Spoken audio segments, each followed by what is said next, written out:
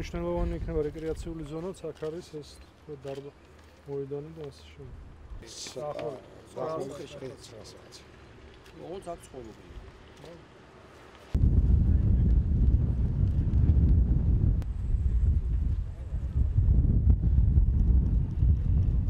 უკვე სექტემბერში დაახლოებით 1000 სამხედრო მოსამსახურის ოჯახი მიიღებს ახალ ბინებს. მომავალ წელს მარტში აპრილში კიდე დაემატება 1000 ესეთი ოჯახი და სულ ჯამში ამ პატარა სამხედრო ქალაქში ცხოვრობს დაახლოებით 2000 სამხედრო მოსამსახურეების ოჯახი.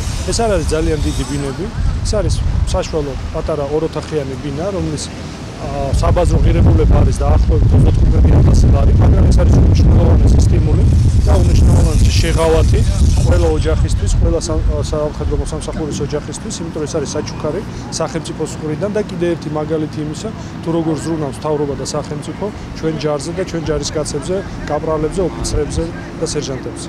მე პირადად განვეკუთვნები იმ სამხედრო მოსამსახურეების რიცხვს, რომელთაც არ გააჩნიათ საცხოვრებელი ქალაქ თბილისში.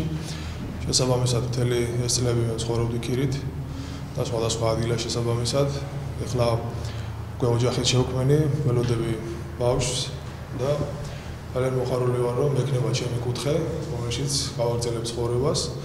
ფართი არის ძალიან კარგი, აქვს 2 ოთახი, შესაბამისად ძალიან კომფორტულად მოვეწყობით მე და ჩემი მეუღლე ჩემ პატარასთან ერთად.